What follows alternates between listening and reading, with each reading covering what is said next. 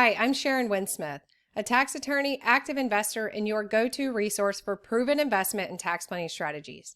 In this video, I'm going to talk to you about a number of different things that I think we're taught about finance that are just plain wrong. There's a number of things that have really become conventional wisdom that is really outdated and just not the way that wealthy people invest their money or the way that they think about finances and building wealth. So if you're someone who wants to get serious about financial freedom, get out of the rat race, and learn to build wealth efficiently, let's talk about a few concepts that you need to start by unlearning.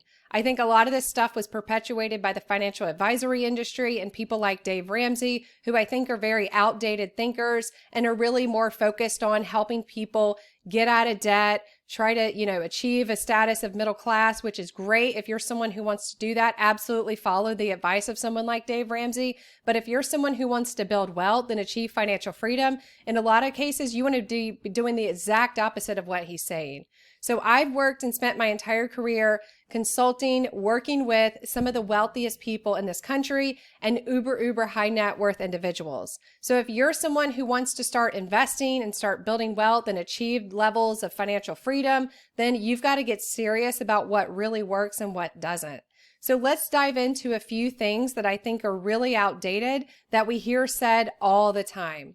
So the first thing, which I think is the absolute biggest finance mistake that a lot of young people make, is that they graduate from college, they work in their first job, they save their money, and then the minute they have enough savings, they go out and put that as a down payment on a home. This is, I think, the biggest financial misstep you can take. That is largely because you want to be compounding returns on your investments as early as possible. Look at the numbers, run the math on how much net worth you're going to have in your 60s and 70s. If you start saving and investing that money in something like the S&P 500 that's going to get 10% returns a year about, or even better investments that get higher returns, if you're compounding at that rate, starting in your 20s and 30s, the amount of net worth you're going to have later in life is vastly different than if you're going to go out there, buy a home, and then wait several years before you can really start making real investments. So the idea that the first thing you should do with your savings is buy a home, I think is the absolute biggest misstep you can take, and it's going to prevent you potentially from ever achieving financial freedom. So if you're someone who's done this already or is thinking about doing this, I would seriously consider unwinding that situation. If you own a home and it's more than 10% of your net worth is really equity in your home, I would seriously think about unwinding that. I'm a big fan of renting as long as possible. I'm very anti-home ownership. If your goal is to build wealth, if your goal is not to build wealth, then yeah, go out and buy a house. But if your goal is to achieve financial freedom early in life, not work until your 60s or 70s, 100 hours a week and work your way up that corporate ladder, buying a home is going to be one of the biggest mistakes that you can make. Maxing out your 401k and IRA contributions. So I used to do this too. I was a tax attorney working at, probably what I think was the best tax firm in the country for a number of years. And I was doing this I was making this dumb mistake of maxing out my 401k contributions. So what happens if you're still, on the train of doing this, if you're still listening to your CPA and considering this to be tax planning, then I highly recommend you check out my other videos about what I call the ticking tax bomb. If you're a high net worth earner, if you're, a high earner like a doctor, lawyer, business person, any professional services type work where you're making a high salary, and you're going to be able to max out contributions for a long time in your life, you're going to have what I call a ticking tax time bomb when you retire, and you're going to have a disaster from a tax standpoint when you have to start taking out distributions from retirement accounts. So the idea that you should keep maxing out 401k and IRA contributions, I think is very outdated. It's not wise. It's not tax planning at all. It's actually bad tax planning in most cases. And if you're really wanting to, build wealth and achieve financial freedom, you need to be able to access that money. You need to be able to borrow against it in some cases, to buy businesses, to invest in other assets. You can't do buy, borrow, die very easily with something inside a retirement account.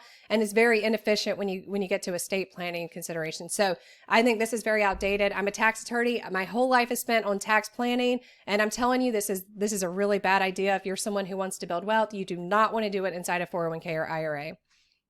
So this is my favorite. We're all taught this. I was taught this. I did this for, the first third of my career.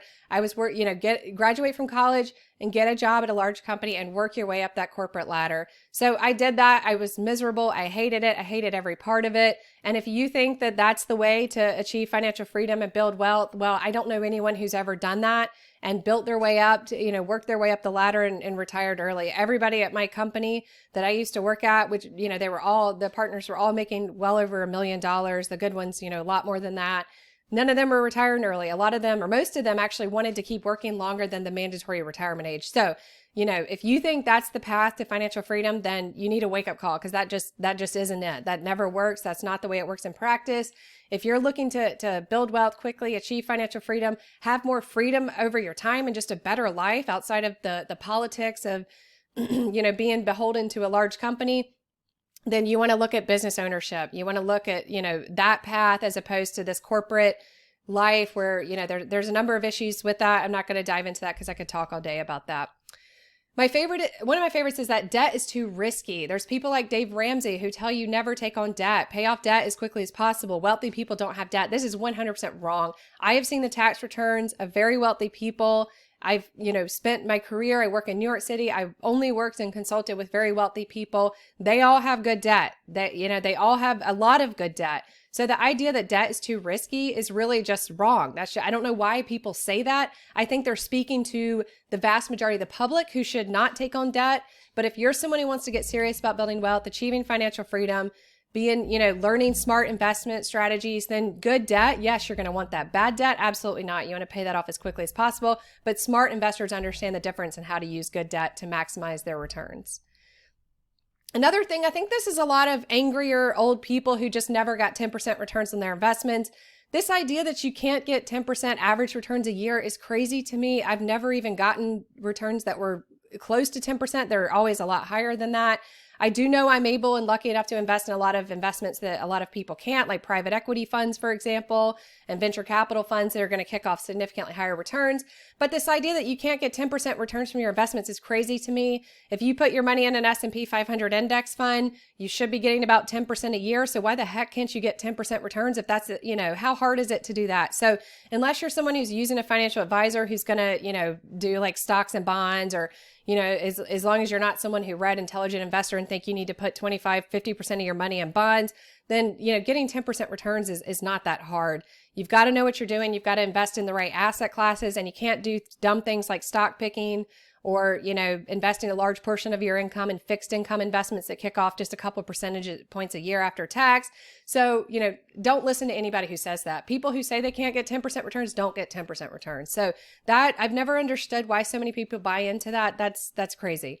So investing in mutual funds, I think this one's pretty well known. We do not want to invest in mutual funds. Mutual funds, I think, in my opinion, are the worst types of investments that you can make. I don't give investment advice. These are my personal opinions. But if you're still investing in mutual funds, or if you don't understand how bad they are, check out my video where I talk about the issues with mutual funds.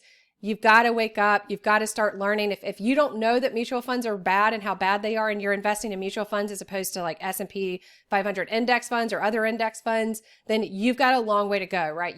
You're behind the curve. You've got a lot of learning to do if you want to get serious about learning good investment and tax planning strategies. So avoid mutual funds at all costs is my own personal opinion. Okay, this is a good one. Always have an emergency cash fund. So yes, if you don't have any money, or if you're, not smart with your finances or can't budget, then, maybe you do need some sort of emergency cash fund. But I'm assuming if you're watching this video, if you're following my channel, that you're a smart investor, you're disciplined, you know what you're doing, you're serious about, trying to achieve financial freedom and build wealth and have a great life and have, ultimate freedom of your time. What is this crap about an emergency cash fund? So if I needed cash, yes, bad things happen. I recognize that. Let's say something happens and I need cash. I never hold a lot of cash. I don't even hold enough cash to pay my rent every month. So I hate cash. I do not hold cash. So let's say something happens and I need to pay for I don't know. I don't know what this would be. I'm always kind of curious what this could look like because I have a good health insurance plan where, I'm not going to have some big surprise, but let's just say something happens and I have to pay 20 grand for something. Well, I'll go sell shares. I'll take it, I'll take some money out my SB lock. I'll get that from an investment I'm making that month. So I don't understand why you would hold emergency cash funds. There must be this thought that, if you don't have any savings, then you wouldn't want to put that in some stupid stock investment and lose it. But if you've got, some savings in an S&P 500 index fund, why can't you just sell that S&P 500 index fund in this worst case scenario that some emergency rises that you need all this cash? So, yes, the S&P 500 index fund could decrease, but is it going to go to zero? I mean, I don't understand all the things that would have to go wrong for me to just say, oh my God, I, wish I had cash sitting around. So yes, I think if you're someone who doesn't have any savings, maybe, do that, but you're probably not watching this channel. You should be more on like the Dave Ramsey train. But if you're looking to build wealth, why are you holding so much cash? I really have never understood that. Open a savings account. I think we all know this, even now in a high interest rate environment, the interest rates on savings accounts are a joke. If you want to really get smart about investing, you've got to avoid cash drag. Cash drag is the decrease in your ultimate, overall returns on your net worth and all your investments that is decreased because cash isn't making any money. Or if it's in a savings account, it's making, very little money. And then you're paying tax on interest income at the highest rates. So you can basically cut whatever interest rate you are getting on that money in half almost, depending on what state you're in. So, I'm not going to belabor this point. If you still have a savings account with a lot of cash in there, I don't know, you got to be careful. Like, you're not going to make any money off that. That's going to kill your average returns. If you're someone who holds a lot of cash, yeah, you're not going to get 10% returns from your investments. But if you know what you're doing and you invest your money and you don't live under this fear that the world's going to end and you're going to lose all your, your investments are going to all drop to zero. And, you're going to, I don't know, have some big medical emergency that's going to require all this money that your insurance doesn't cover. So, be careful with something like a savings account or having a bunch of cash just sitting there and not being productive. Owning a business is too risky. So, if you don't know what you're doing, if you're lazy, if you're not disciplined, if you just, go out and buy some stupid business, which does happen. I hear people talk about, their business ideas and, you always have to withhold your unsolicited advice. But, there are people who should not be owning a business. And there are also the vast majority of the public is not going to be financial free. The vast majority of the public is not going to build wealth.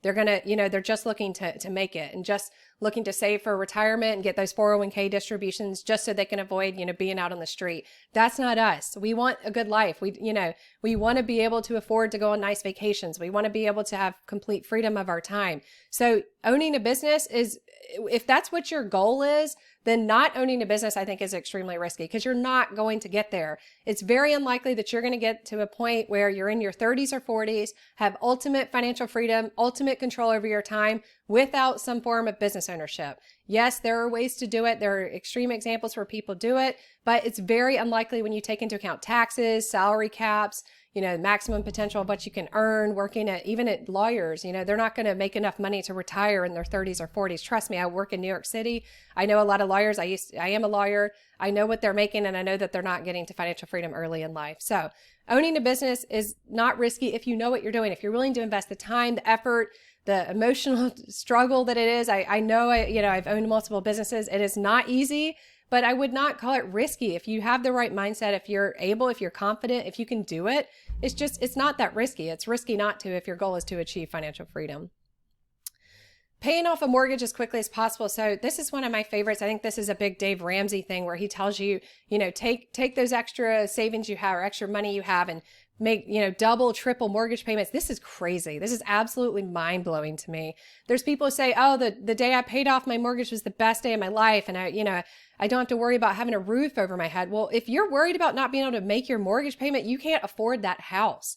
So assuming that you're smart, you understand money, you're not going out buying a house that you really can't afford. You're not taking your savings and making the first thing that you use with that savings being buying a house.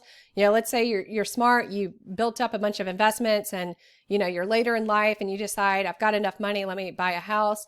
You should not pay off that mortgage as quickly as possible. Mortgage is a form of good debt where you can get low interest rates. And I would, delay paying that off as much as possible, assuming you know what you're doing. So I think this is crazy. If you don't understand opportunity costs and the fact that you can take your mortgage, what you would have put, to a 3-4% mortgage if you're someone who was smart and refinanced a couple years ago and, pay that and then invest it in a way that you're getting 10+% returns with that same money. That's crazy. Like, I don't even know where to start. And, Dave Ramsey likes to say, well, there's risk. Investing in the S&P 500 index fund, where's the long-term risk? If you know what you're doing, you're smart. Yes, it goes down, but it goes up over, the long term. There's recessions, but the market has always recovered. It has always recovered. And if the market goes down from a recession and never ever comes back, you've got bigger problems to worry about than your mortgage. It would be doomsday at that point. So I don't get that. I really, it doesn't make sense to me. And I just think paying off low interest rate debt, especially in a highly inflationary environment like we are now, is probably about the riskiest thing you can do.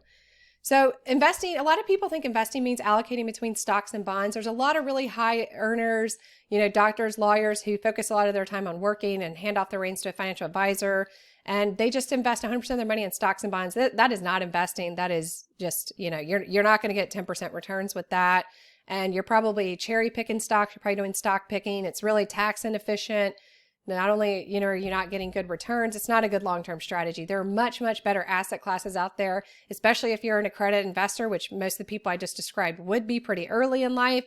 You got to look at better investments. You can't just invest 100% of your money in stocks and bonds. That's not diversification. That is really, really, really bad investing. So it's similar to that. This idea that we should allocate a big portion of our investments to bonds. I know a lot of people like to tout that Intelligent Investor book by Benjamin Graham is the best book about investing. That book starts off, I think, in the first few pages saying we're only covering bonds and stocks, as we're not covering other investment classes. That would be enough to make me throw it in the trash at that point. If you think that smart, wealthy people are only investing in stocks and bonds, I got news for you. They're not. A lot of the smartest people I know don't even touch the stock market. So you can't allocate a big portion of your investments to bonds and think you're going to build wealth efficiently. Your returns are going to be very low. You're going to have tax inefficiencies. And it's just that I don't understand bonds. I've got videos about why I don't invest in bonds. I will absolutely never own a bond. I don't get it. This idea that, again, that the world's going to end and every single investment I have, from real estate, private equity, venture capital, stock market, crypto, everything I have is just going to go to zero. And I'm going to think, oh gosh, I wish I'd owned bonds. I just don't get it. It doesn't make sense to me. Lastly, I think this is the biggest one. I think most of us, if you're watching this video, if you're following my channel, then I absolutely hate this conventional wisdom that we somehow all agree that we're going to work, 100 hours a week until we're 65 years old, and then we're going to retire and we're going to sit on the couch and watch Fox News or MSNBC all day. So I absolutely hate that. Why are we retiring? Why retire at 65? I'm going to work the rest of my life. I absolutely love what I do. I love business ownership. I love being an entrepreneur. I love, waking up and having a purpose. There's absolutely no way I'm ever going to retire. But with that said, I'm not working 9 to 5 until I'm 65. I'm not working 9 to 5, at my age now in my 30s. So again, this idea that we're going to work the best years of our lives. I mean, this is the time that, you can go out and travel, go to these really exotic places. You're more active, be more adventurous, as opposed to when you're 65 and, things, you have to start slowing down at that point. So I think this whole idea that work until you're 65 and retire makes no sense. We're living longer than our grandparents did. We're living better. We're in much better shape when we reach that age than our grandparents were. And I think the concept of retiring, I think, is very dangerous. The people I know that have retired, I see them start to have health problems. I see them start to have emotional problems, a lot of depression because they're losing their purpose in life. It doesn't matter how important you think you were, how high you climb that ladder at whatever company you're at. You're replaceable. And the minute you retire, you may think that you were so important to that company, but you're replaceable. Everybody's replaceable. And I know CEOs who have retired, made so much money, were such big shots their whole career, and then realized a week later that someone, who succeeded them ended up doing it just fine. They weren't needed anymore. So I think that causes a lot of emotional problems. I think that you need a purpose in life. I think it's important to your, mental health. And I just think the concept of just working, and being, stuck in this corporation and dealing with all the issues with that until you're 65 years old, that's just not any life I want a part of. So I think it's a really bad idea. I think it's really bad to think that that's the American dream. It's certainly never been my dream. So these are my just few thoughts of conventional wisdom that I think that we're, taught about finance, that we're taught about our careers, that I personally think are very dumb. And if you're someone who wants to achieve financial freedom, if you're someone who wants to build wealth efficiently, if you're someone who wants a good life where you have complete control over your time, then you need to stop following these words and these thoughts. And you need to start, unlearning these concepts and focusing on what people who have gotten that status have really done and the steps that you should be taking and the mindset that you should have as far as how to achieve financial freedom. So hopefully you found this video helpful. If you did, please like the video and subscribe to the channel.